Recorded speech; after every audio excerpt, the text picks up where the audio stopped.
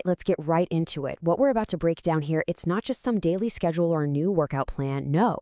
Think of this as a script. It's a blueprint for building a completely new identity, one small, deliberate action at a time.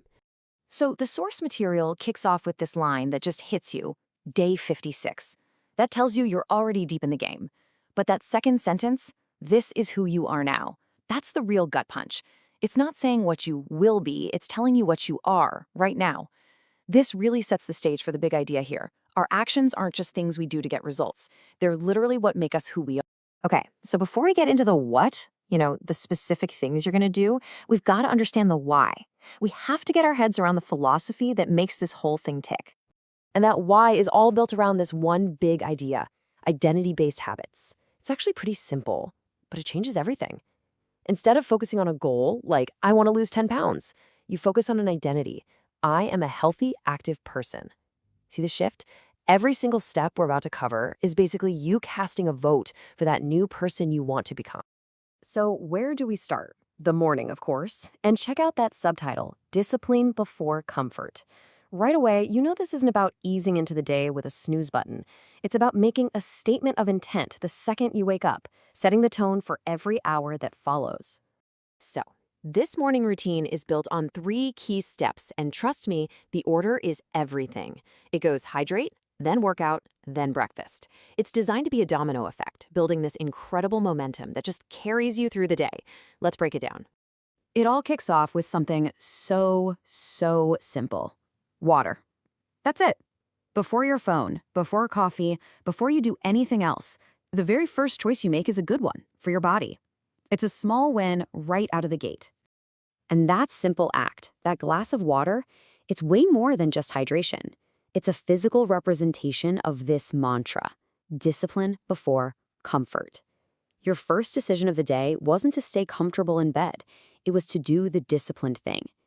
That one small choice creates this psychological ripple effect, making that next disciplined choice just a little bit easier to make.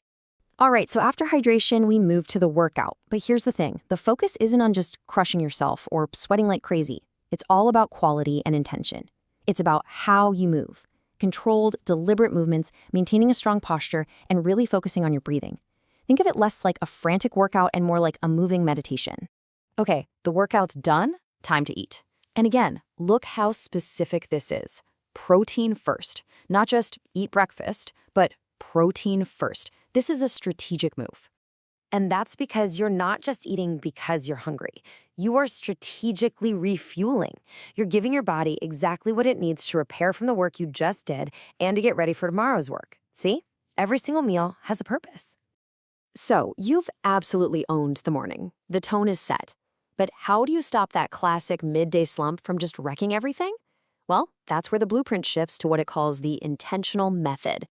And the pattern just keeps going, right? A simple, conscious sequence, a goal-oriented snack, a balanced lunch, and a walk that is absolutely non-negotiable. Each one is another deliberate choice to keep that momentum going and to keep you locked into that new identity. And this right here, this slide sums up the entire mental shift.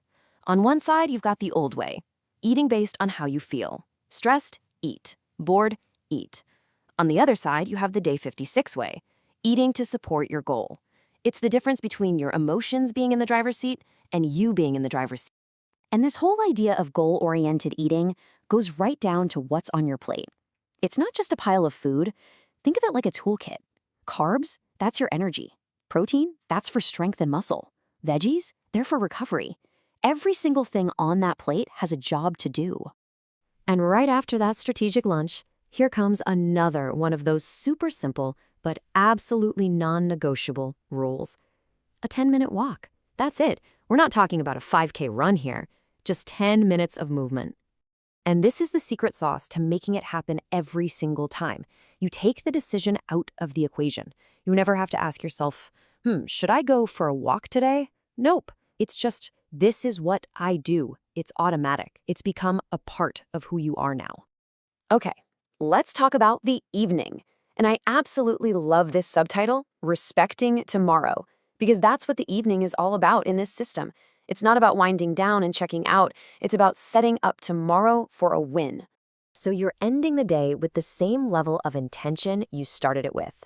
A controlled snack, a simple dinner, and then this last piece, reflection. And this isn't about stressing over your to-do list. It's about mentally checking the box on the identity-affirming things you did do, reinforcing the wins and closing the day out.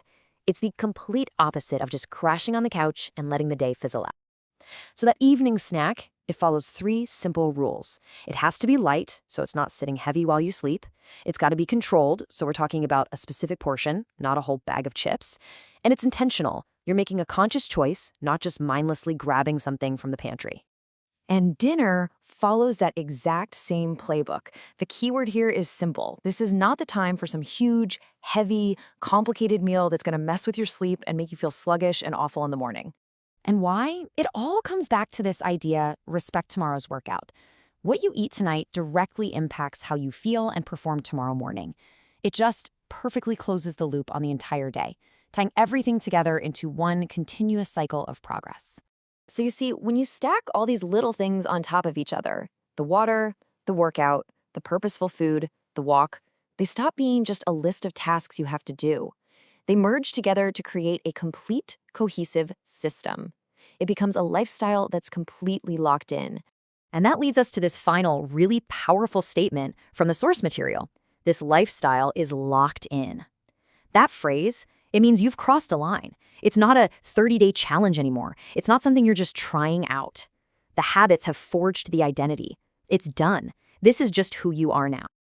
And that really leaves us with one big question to think about for ourselves. This whole blueprint is based on the idea that our habits build our identity. So the question I'll leave you with is this. What's the one single habit in your day right now that's casting the deciding vote for the person you are becoming? Thanks for watching. Every repetition counts. Every day matters. Stay consistent. See you in the next video.